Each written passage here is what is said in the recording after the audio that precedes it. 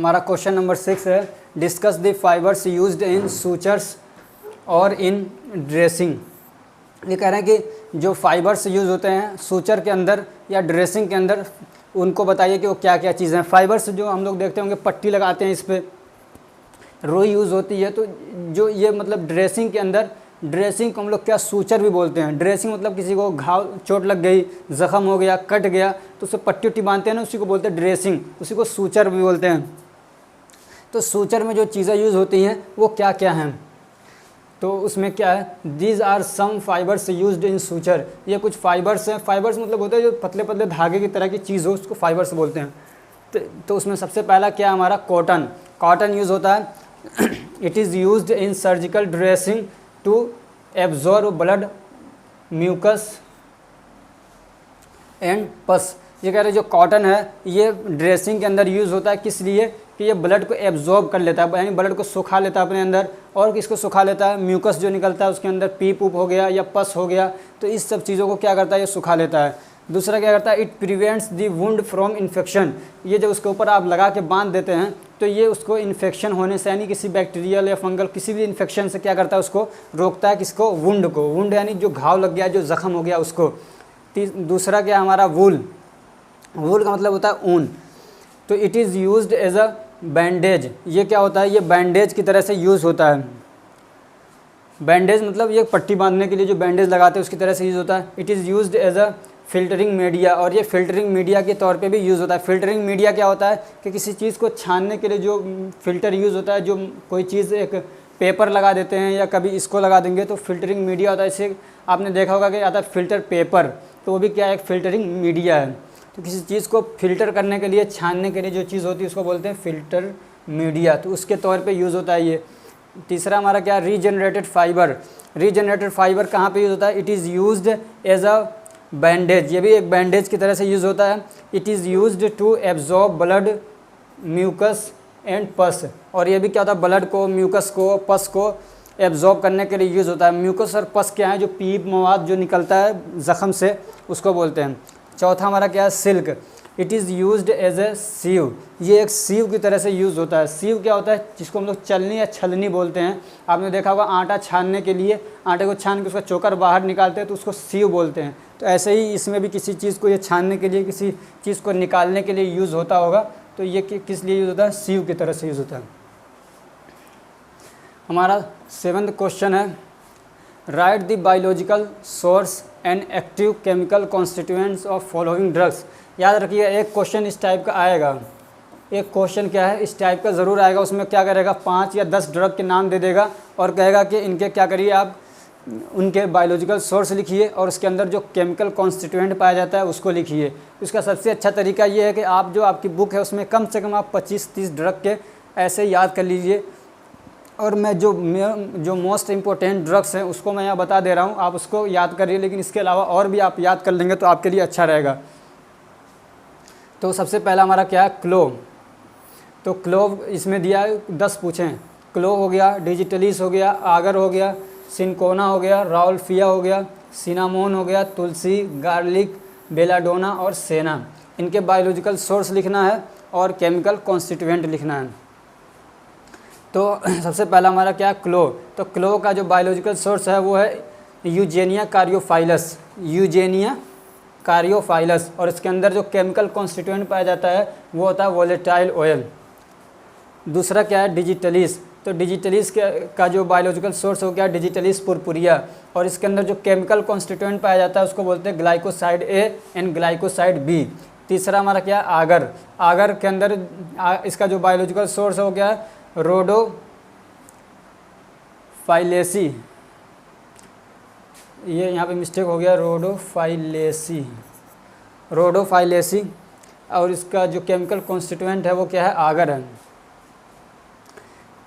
हमारा चौथा क्या है, सिनकोना। सिनकोना का जो मतलब बायोलॉजिकल सोर्स है या बोटेनिकल नेम भी बोलते हैं, बोटेनिकल नेम क्या है इसका, सिनकोना सुसीरुब्रा, सिनकोना सुसीरुब्रा। इसके अंदर केमिकल कॉन्स्टिट्यूएंट जो पाया जाता है वो क्या है, सिनकोनिडिन। ये एक एंटी मलेरियल ड्रग होता है। हमारा 5वां क्या है, राउल्फिया। इसका क्या है, राउल्फिया का रूट यूज़ होता है।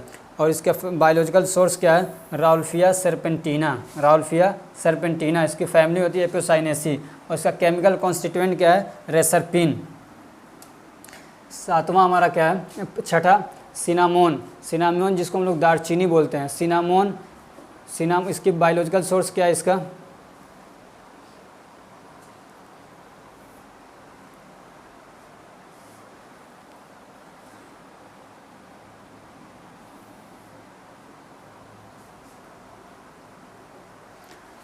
इसका बायोलॉजिकल सोर्स है सिनामोमम ज़ैलानिकम, और इसके अंदर जो केमिकल कॉन्स्टिट्यूएंट पाया जाता है वो होता है वोलेटाइल ऑयल।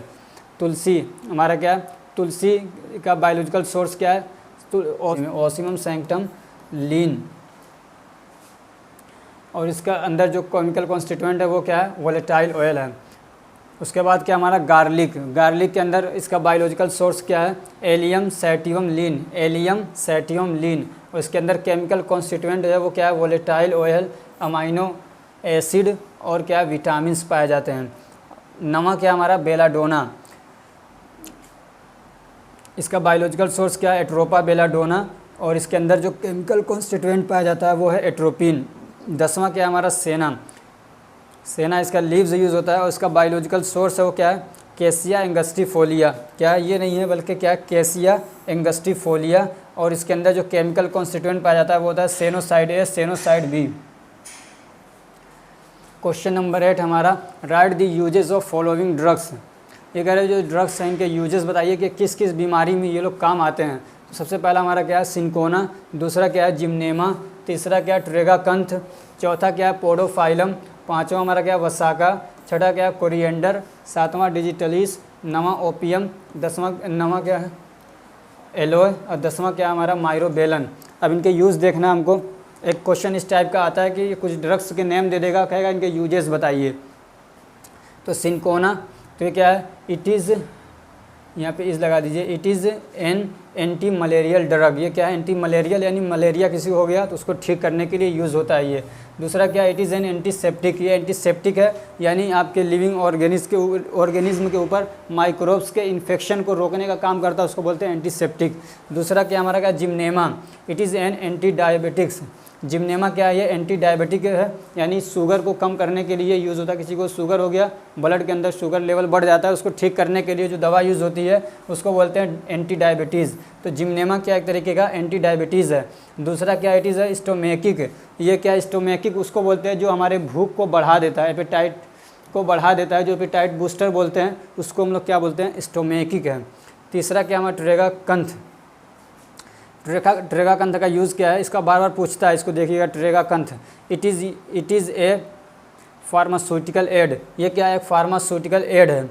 ये क्या करता है, फार्मास्यूटिकल एड के अंदर डिमलसेंट का काम करता है। अगर इसमें और लिखना चाहें तो आप लिख सकते हैं डिमलसेंट, ये डिमलसेंट का काम करता है। और इसका काम क्या है, it is used as a, ये आ गया demulcent, in cough and cold preparation, ये कह रहा है कि जो सर्दी और खांसी की जो दवा बनती है तो उसके अंदर ये डिमलसेंट के तौर पे यूज़ होता है उसकी प्रिपरेशन में। और क्या हमारा, पोडोफाइलम, पोडोफाइलम क्या है, it is an anti tumour drug, ये क्या है, एंटी ट्यूमर ड्रग है। एंटी ट्यूमर को हम लोग एंटी कैंसर भी बोलते हैं, क्या है ये, एंटी कैंसर ड्रग है ये। एंटी ट्यूमर को क्या बोलते हैं, एंटी कैंसर। तो पोडोफाइलम क्या है, ये एंटी कैंसर ड्रग है। एक और आता है विनका, जिसको बोलते हैं, विनका भी क्या है, एंटी कैंसर होता है। अब हमारा क्या, वसाका, वसाका का यूज़ क्या है, it is used as a expectorant, ये क्या है, वसाका जो है वो एक्सपेक्टोरेंट के तौर पे काम होता है। एक्सपेक्टोरेंट होता है और एक होता है एंटीटसिव। एक्सपेक्टोरेंट वो दवा होती है कि जो बलगम को निकालती है, हम होता है ना बलगम आ जाता है बहुत ज़्यादा, पीला पीला सा, स्प्यूटम बोलते हैं जिसको, तो उसको जो निकालने की जो दवा काम करती है उसको बोलते हैं, उस खांसी को दूर करने की जो दवा यूज़ होती है उसको हम लोग बोलते हैं एक्सपेक्टोरेंट। और बोलते हैं एक होता है, एक आती है एंटीटसिव, कि आदमी को सूखी खांसी होती है जिसमें बलगम नहीं निकलता है, तो उसको ठीक करने के लिए जो दवा यूज़ होती है उसको बोलते हैं हम लोग एंटीटसिव। तो ये क्या होता है, वसाका एक तरीके का क्या है, एक्सपेक्टोरेंट है। दूसरा क्या है, इट इज़ ए ब्रोंकोडायलेटर्स, ये ब्रोंकोडायलेटर्स की तरह यूज़ होता है। ब्रोंकोडायलेटर्स क्या है कि जो हमारा एयर वेज है, यानी जो ब्रोंकाई है जिसके थ्रू एयर हमारे फेफड़ों के अंदर जाती है, तो वो कभी सिकुड़ जाता है तो आदमी को सांस लेने में दिक्कत होती है, जैसे कि अस्थमा हो गया, तो उसको खोलने का जो दवा काम करती है उसको बोलते हैं डायलेटर्स। और जो ब्रोंकाई को खोलती है उसको बोलते हैं ब्रोंको डायलेटर। तीसरा हमारा क्या है, कोरिएंडर।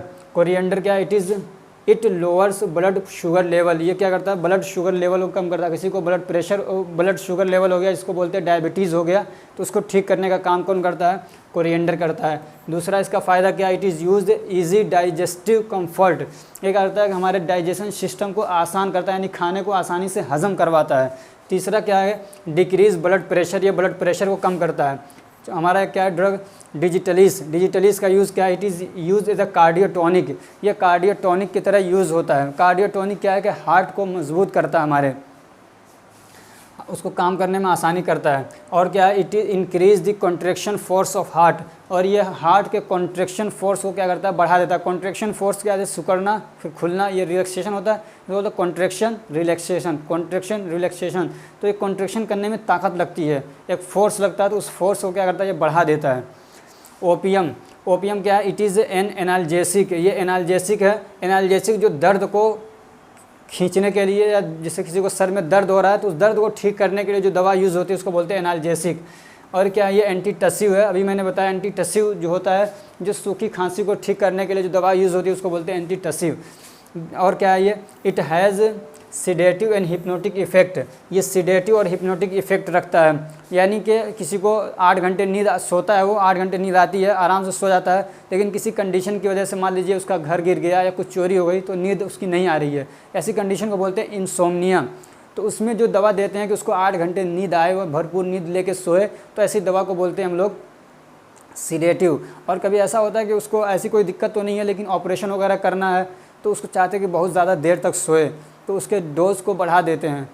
कि मान लीजिए अगर सिडेटिव के लिए उसको हम 5 mg दे रहे थे तो उसको 10 mg देंगे, ताकि वो 10-12 घंटा सोता रहे और उसका क्या है ऑपरेशन वाला जो प्रोसीजर है वो अच्छे से हो सके। तो ऐसी दवा को हम लोग क्या बोलते हैं, हिप्नोटिक बोलते हैं। हमारा क्या एलोए, इसका काम क्या है, इट हैज़ लैक्सेटिव इफ़ेक्ट।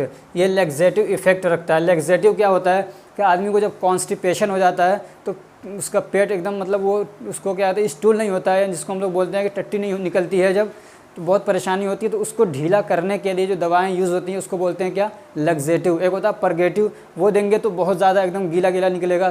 तो परगेटिव का भी यूज़ होता है जब ऑपरेशन करना रहता है तो डॉक्टर क्या करते हैं, उसका पूरा पेट साफ़ करवाते हैं तो वहाँ पे परगेटिव देते हैं। लग्जेटिव और परगेटिव में सिर्फ फ़र्क ये है कि कम अगर दवा देते हैं तो वो लग्जेटिव का काम करेगा, उसी दवा को अगर क्वान्टिटी को बढ़ा देते हैं तो वो परगेटिव हो जाती है। और कैसे यूज़ होता है, it is used in mouth and stomach ulcer. ये कह रहे हैं माउथ में या स्टोमक के अंदर अल्सर हो गया तो उसमें यूज़ होता है। अल्सर क्या होता है, कहीं पे मान लीजिए जिसको हम लोग बोलते हैं कि ज़ख़म हो जाना, बबल्स पड़ जाना, जिसको छाले बोलते हैं, कि माउथ के अंदर, मुंह के अंदर छाले पड़ गए या स्टोमक के अंदर छाला पड़ गया, तो उसको ठीक करने के लिए जो दवा यूज़ होती है तो उसको हम क्या बोलते हैं, एलोए। उसमें भी ये क्या होता है, यूज़ होता है। एक हमारा क्या, माइरोबेलन।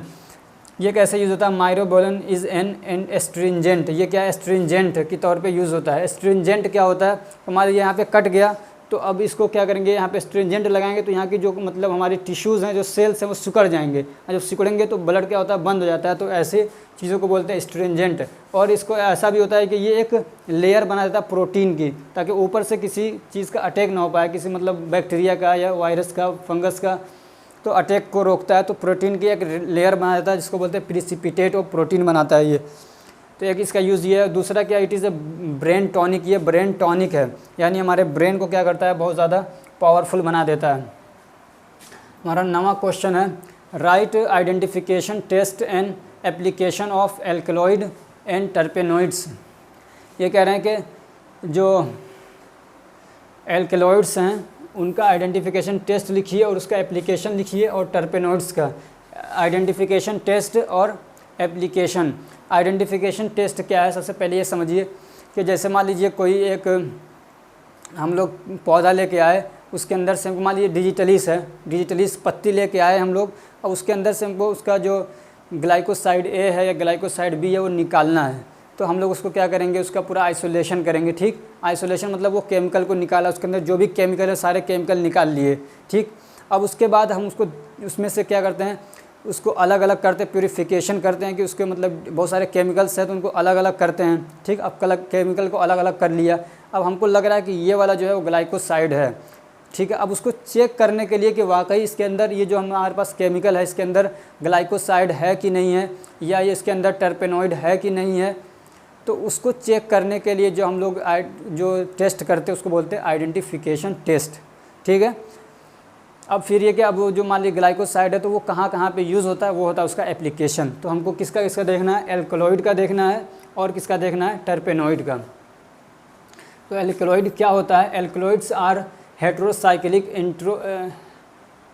Nitrogenous compound. अल्कलॉइड्स क्या होते हैं, वो हेट्रोसाइक्लिक होते हैं। अब हेट्रोसाइक्लिक नहीं समझाऊंगा, आप केमिस्ट्री का जो 5वां चैप्टर उसमें पढ़िए जाके, पूरा डिटेल में दिया है हेट्रोसाइक्लिक क्या होता है। तो alkaloids are heterocyclic nitrogenous compound, generally they are basic in nature. ये they are basic in nature. जो एल्कलॉइड्स होते हैं वो हेट्रोसाइक्लिक नाइट्रोजीनियस कंपाउंड होते हैं, यानी जो उनका हेट्रोसाइक्लिक जो एक रिंग होता है उसके अंदर कहीं पे नाइट्रोजन पाया जाता है। ठीक है, और वो बेसिक नेचर के होते हैं। अब इनका आइडेंटिफिकेशन टेस्ट क्या है, तो एक होता है इसका मेयर्स, ये वाई है, मेयर्स रीएजेंट, यानी मेयर कोई है, मेयर ने कोई केमिकल बना रखा है तो उसी के नाम पे उस केमिकल का नाम पड़ गया मेयर्स रीएजेंट। ठीक है, मेयर्स रीएजेंट। अब वो क्या होता है, ये शायद सोडियम आयोडीन और कुछ और मिला के बनाया इन्होंने। तो वो क्या करता है, it gives white yellow colour precipitate. अब मान लीजिए आपके पास जो केमिकल निकाल के रखा है आपने आइसोलेशन करके, अब उसके अंदर जब ये मेयर जो रीएजेंट है, जो केमिकल उसके अंदर डालेंगे तो ये क्या करेगा, आपको वाइट येलो कलर, वाइट और येलो मिले हुए कलर देगा, एक मतलब धुंधला सा कलर देगा। अगर ऐसा कलर आता है तो इसका मतलब क्या है कि इसके अंदर एल्कलॉइड प्रेजेंट है। दूसरा क्या है, वेगनर्स रीएजेंट। एक वेगनर है, उन्होंने एक केमिकल बना रखा है तो उनके नाम पे ये केमिकल का नाम पड़ गया, उसको बोलते हैं वेगनर रीएजेंट। तो ये इसको अगर हम डालेंगे तो क्या होगा, इट गिव्स ब्राउन और रेडिश ब्राउन कलर्ड प्रिसिपिटेट। ये कह रहे हैं कि जब वो केमिकल है उसके अंदर आप जब ये वाला जो वेगनर्स रीएजेंट डालेंगे, वेगनर्स रीएजेंट जब डालेंगे उसके अंदर तो वो क्या करेगा, आपको ब्राउन या रेडिश ब्राउन कलर देगा, ब्राउन या थोड़ा लाल की तरफ, मतलब लाल लाल सा ब्राउन कलर आपको देगा। कहाँ, प्रिसिपिटेट देगा। वो प्रिसिपिटेट क्या होता है कि मान लीजिए केमिकल है, उसके अंदर जब दूसरा केमिकल डालते हैं तो एक परत पतली सी जमती है, या जैसे देखते होंगे दूध फट जाता है तो छोटे छोटे से उसमें ऐसे परत सी निकल जाती है, छोटे छोटे दाने से नज़र आते हैं, दाने नहीं बल्कि पतले पतले सी परत नज़र आती है, तो उसको हम लोग क्या बोलते हैं, प्रिसिपिटेट बोलते हैं। तो इसको जब डालेंगे तो ऐसे ही प्रिसिपिटेट बनेगा। उसका कलर कैसा होगा, या तो ब्राउन होगा या रेडिश ब्राउन होगा। इसका एप्लीकेशन क्या है एल्कलॉइड का, तो it is used as a analgesic. ये क्या होता है, एनाल्जेसिक नेचर का होता है, यानी ये दर्द को ठीक करने वाली जो दवाएं होती हैं उसके अंदर ये पाया जाता है। जैसे मॉर्फिन है, मॉर्फिन क्या होता है, अब आपके दर्द को ठीक करेगा तो वो क्या होता है, एल्कलॉइड होता है। ऐसे ही क्या होते हैं, used for I dilation, I dilation में एल्कलॉइड यूज़ होते हैं। जैसे कि एट्रोपिन, एट्रोपिन क्या करेगा, आपके आई की जो पुपिल उसका साइज़ को बढ़ा देता है। जब ऑपरेशन करना रहता है तो डॉक्टर लोग क्या करते हैं, आई के साइज़ को बढ़ा देते हैं, उसको डायलेशन बोलते हैं, ताकि वो आसानी से बड़ा हो जाए तो दिखने अच्छे से दिखेगा। तो ऐसी जो दवा होती है उसको बोलते हैं एट्रोपिन। अब हम लोग देख लेते हैं आइडेंटिफिकेशन टेस्ट ऑफ टर्पेनॉइड्स। तो कैसे करते हैं, सबसे पहले हम लोग क्या करेंगे, in a test tube the plant extract 0.5 mg is taken along with the chloroform 2 ml। कह रहे हैं कि सबसे पहले हम लोग क्या करेंगे, एक टेस्ट ट्यूब लेंगे, उसके अंदर फिर हम लोग क्या करेंगे, जो हमने केमिकल कॉन्स्टिट्यूएंट निकाल रखा है उसका 0.5 ग्राम लेंगे, उसके अंदर डाल देंगे, और उसी के साथ में हम लोग क्या करेंगे 2 ml क्लोरोफॉर्म मिला देंगे। ठीक है, ये हमने टेस्ट ट्यूब लिया, इसके अंदर केमिकल कॉन्स्टिट्यूएंट कितना मिलाया अपना 0.5 ग्राम। ठीक, उसके बाद इसी के साथ में और क्या मिला देंगे हम लोग 2 ml क्लोरोफॉर्म। ठीक है, क्लोरोफॉर्म मिला दिया। फिर अब क्या करेंगे, तीसरा हमारा स्टेप क्या है कि H2SO4 उसके अंदर डाल देंगे कितना 5 ml। क्या करेंगे 5 ml H2SO4 डाल देंगे। ठीक है। अब जैसे ही H2SO4 डालेंगे, पहले तो इन दोनों को जब डालेंगे तो इसको मिक्स कर लेंगे, ठीक है। अब ये मान लीजिए ये इतना हो गया। अब जब ये 5 ml H2SO4 डालेंगे तो इसको हिलाएंगे नहीं, बल्कि बहुत केयरफुली डालेंगे ताकि ये हिले ना। जब इसको डालेंगे तो फिर एक प्रेसिपिटेट बनेगा, एक परत जम जाएगी पतली सी। अब जो परत जमेगी, मान लीजिए ये यहाँ तक था और फिर ये इसके ऊपर ये आ गया। अब इन दोनों के बीच में जो जगह है, इसको जब देखेंगे हम तो उसमें एक कलर नज़र आएगा। At the junction of 2 layer appears reddish brown. तो इस पर हम लोग जब देखेंगे ऐसे तिरछा करके, तो उसके अंदर हमको क्या होगा, रेडिश ब्राउन कलर नज़र आएगा। तो ये बताएगा कि इसके अंदर हाँ क्या है, टर्पेनोइड मौजूद है, ठीक। इसका एप्लीकेशन क्या है, कहाँ पे यूज़ होता है, तो it is use in analgesic. ये एनाल्जेसिक नेचर का होता है, यानी दर्द को ठीक करने के लिए यूज़ होता है। एंटी इन्फ्लामेटरी होता है, यानी सूजन हो गया, सूजन और दर्द दोनों है तो उसको भी ठीक करने के लिए यूज़ होता है। एंड एंटीबायोटिक, और ये एंटीबायोटिक होता है, यानी बैक्टीरिया या वायरस वगैरह अंदर हमारे घुस गए हैं तो उनके लिए अपने इम्यून को बनाने के लिए बाहर से इम्यून लिया जाता है उनसे लड़ने के लिए, तो वो होता है एंटीबायोटिक। तो उसके लिए भी ये क्या होता है, यूज़ होता है। इट इज़ एन एंटीऑक्सीडेंट, ये क्या होता है, एंटीऑक्सीडेंट होता है। अब एंटीऑक्सीडेंट क्या है, इसकी पूरी मैं डिटेल नहीं बताऊंगा। जो हम लोगों का नवा चैप्टर है फार्माकोग्नोसी का, उसमें जाएंगे।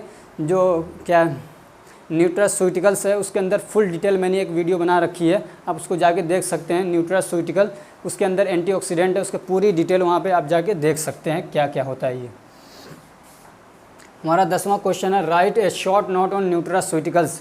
कह रहे हैं न्यूट्रास्यूटिकल्स क्या होते हैं, उसके ऊपर एक शॉर्ट नोट लिखिए। तो देख लेते हैं क्या होता है nutraceuticals. Nutraceuticals are those food और food ingredients that provide medical and health benefit. ये कह रहे हैं कि न्यूट्रास्यूटिकल्स वो सब्सटेंस, वो फूड होते हैं या फूड का वो पार्ट होता है जो हमको प्रोवाइड करता है मेडिकल और हेल्थ बेनिफिट, जिससे हमको दवाई का भी काम हो जाता है और हमारा पेट भी भर जाता है। अब समझिए न्यूट्रास्यूटिकल्स क्या होते हैं। न्यूट्रास्यूटिकल्स वो खाना होता है जो हमारा पेट भी भरता है और हमारी बीमारी को ठीक भी करने का काम करता है। ऐसे खानों को हम लोग क्या बोलते हैं, न्यूट्रास्यूटिकल्स। समझ में आ गया। जैसे मान लीजिए आप बादाम खा रहे हैं तो बादाम से हमको एनर्जी भी मिल रही है, और दूसरे वो क्या कह रहा है, हमारे जो कार्डियोवास्कुलर सिस्टम है उसको अच्छा कर रहा है। तो दोनों काम हो रहे हैं ना। तो ये ऐसे जो खाने होते हैं, ऐसे जो फूड होते हैं, या कभी पूरा फूड ऐसा काम करता है, कभी होता है फूड का कोई पार्ट हम लोग यूज़ करते हैं तो वो ये काम करे कि हमको एनर्जी भी दे, या प्रोटीन दे रहा है, या और जो चीज़ें हमको विटामिन से मिल रहा है, और हमारी बीमारियों को वो ठीक भी करने का काम करता है, या हमारे ऑर्गन्स को सही से काम करवाने में वो हेल्प करता है। तो ऐसी जो चीज़ें होती हैं, ऐसे जो खाने होते हैं, उसको बोलते हैं न्यूट्रास्यूटिकल्स। ये वाला जो क्वेश्चन है ये सोशल फार्मेसी भी आ सकता है। सोशल फार्मेसी का भी एक टॉपिक है ये न्यूट्रास्यूटिकल, इसलिए इसको अच्छे से देखिएगा। अब न्यूट्रास्यूटिकल्स में क्या क्या चीज़ें आती हैं, तो न्यूट्रास्यूटिकल्स में क्या होता है, एंटीऑक्सीडेंट होता है एक, दूसरा क्या होता है प्रोबायोटिक होता है, तीसरा क्या होता है प्रीबायोटिक होता है, प्रीबायोटिक, चौथा क्या होता है डाइटरी फाइबर होता है, पांचवा क्या होता है ओमेगा 3 फैटी एसिड होता है, और क्या होता है कैरोटीनॉइड्स होता है। और भी चीज़ें होती है, ये इतना मेन है वो मैंने लिख रखा है, ठीक है। अब इनके हर एक की पूरी डिटेल में नहीं बताऊँगा यहाँ पे। इसके थेरेपेटिक वैल्यू क्या है, यानी क्या कैसे बीमारी किस काम में ये लोग यूज़ होते हैं। सबसे पहला हमारा क्या है, कार्डियोवास्कुलर सिस्टम, एक कार्डियोवास्कुलर एजेंट है, यानी जो हमारा हार्ट वाला सिस्टम है उसको ये लोग ठीक करने का काम करते हैं। इसमें कौन कौन सा आता है, जैसे ऑलिव हो गया यानी जैतून हो गया, आमंड हो गया, बादाम हो गया, पीनट यानी मूंगफली हो गई। तो ये लोग क्या करते हैं, न्यूट्रास्यूटिकल्स हमको खाना भी इससे मिल जाता है, पेट भी भरता है, और ये हमारे क्या करते हैं कार्डियोवास्कुलर सिस्टम को अच्छा करके रखते हैं। दूसरा क्या हमारा एंटी कैंसर एजेंट, कुछ ऐसे होते हैं जो एंटी कैंसर यानी कैंसर को रोकते हैं या कैंसर को ठीक करने का काम करते हैं, जैसे अंगूर हो गया, ग्रेप्स हो गए। तीसरा क्या इम्यून बूस्टर, जो हमारे इम्यून सिस्टम को क्या करते हैं बूस्ट कर देते हैं, बढ़ा देते हैं। उसमें क्या होता है वीट होता है, वीट जिसको बोलते हैं गेहूँ बोलते हैं, और क्या हो गया एग्स हो गए। चौथा क्या हमारा anti inflammatory agents, anti inflammatory agents वो होते हैं जो हमारे मतलब कहीं पे चोट लग गया है, कुछ भी हो गया, या आंतों के अंदर सूजन हो जाता है, कहीं पे भी इन्फ्लामेशन होता है। इन्फ्लामेशन का मतलब होता है कि वहाँ पे सूजन हो गया, वो होता है कि केमिकल चेंजेस की वजह से, मान लीजिए चींटी काटती है तो उसके अंदर एक केमिकल डाल देती है तो केमिकल चेंज हो गया। ऐसे हमारी बॉडी के अंदर कुछ केमिकल चेंजेस होते हैं तो उसके अंदर फिर क्या होता है इन्फ्लामेशन होता है। इन्फ्लामेशन में क्या क्या चीज़ें होती हैं, उसके अंदर सूजन हो जाता है, पेन होता है, वहाँ पे उसका कलर चेंज हो जाता है उस एरिए का, और क्या होता है उस एरिए के जो सेल हैं वो काम करना छोड़ देते हैं, उसका जो ट्रांसमिशन का काम होता है यानी वहाँ से चीज़ों को ट्रांसफ़र होती है इधर उधर, वो सब क्या होता है डिस्टर्ब हो जाता है।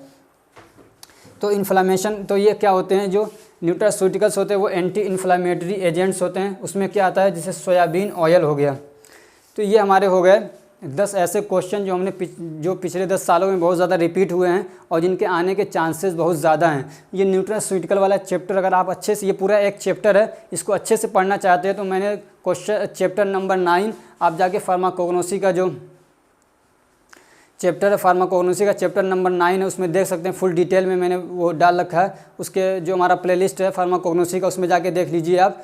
तो ये हमारे 10 क्वेश्चन हो गए। तो आप इनको क्या करिए, अच्छे से पढ़िए, लर्न करनी है। अगर ये हमारी कोशिश अच्छी लगी, ये वीडियो आपको अच्छी लगी तो वीडियो को लाइक करिए, सब्सक्राइब कर दीजिए और नोटिफिकेशन के बटन को भी दबा दीजिए, ताकि अगली जो आने वाली वीडियोज़ हैं वो आपको टाइम से मिल सके। और ये अपने फ्रेंड्स को भी शेयर करिए ताकि उनको भी इससे फ़ायदा हो सके। चलिए, thank you so much for watching.